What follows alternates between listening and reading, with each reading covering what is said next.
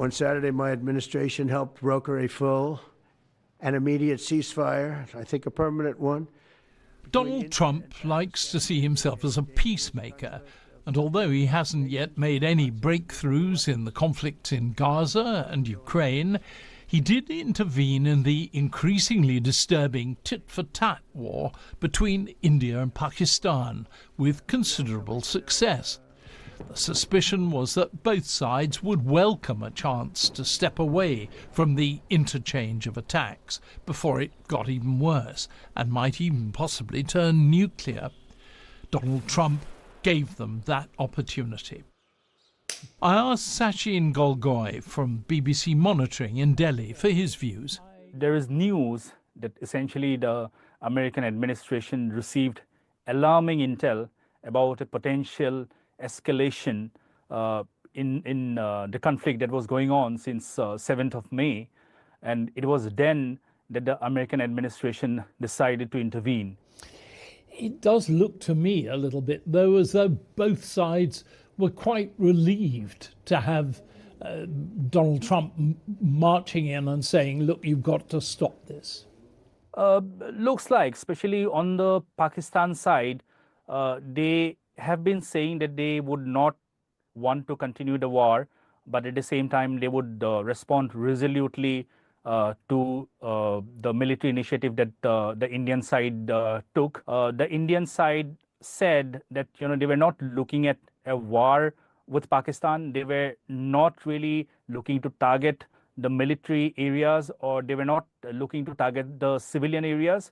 It's only militant camps that they were targeting. Now, at the same time, we will have to also look at the role of the US. The Pakistani side gave a lot of credit to Trump and the whole American administration.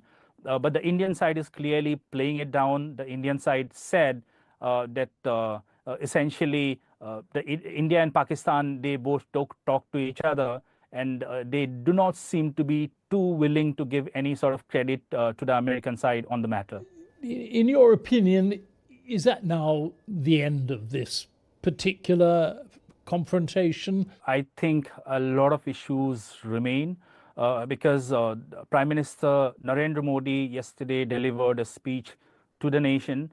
Similarly, Pakistani Prime Minister Shehbaz Sharif had also addressed the nation the previous day, where he talked about his country and military forces achieving victory in this conflict.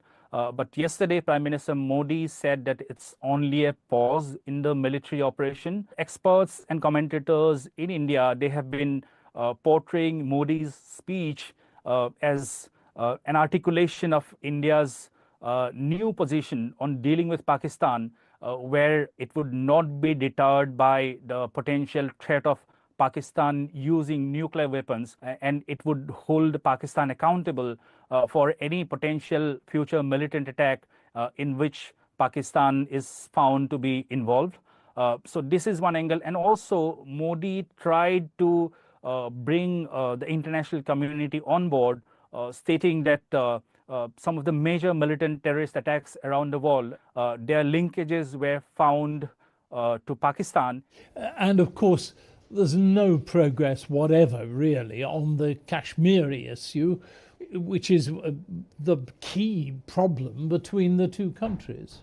You could actually use the word key problem if you look at it from the Pakistani side, because they have been very clear right from the beginning that in order for the ties to be normalized, Kashmir is one issue that needs to be discussed. When President Trump said on social media that he would be interested in mediating on Kashmir, helping the two countries reach a solution, that was one message that the political leadership in Pakistan welcomed wholeheartedly. They expressed support to the idea. But traditionally, India has been opposed to the involvement of any third party, any third country in finding a solution to Kashmir. And also yesterday, Modi said that now, if at all there is any discussion with Pakistan, it will be on quote-unquote terrorism.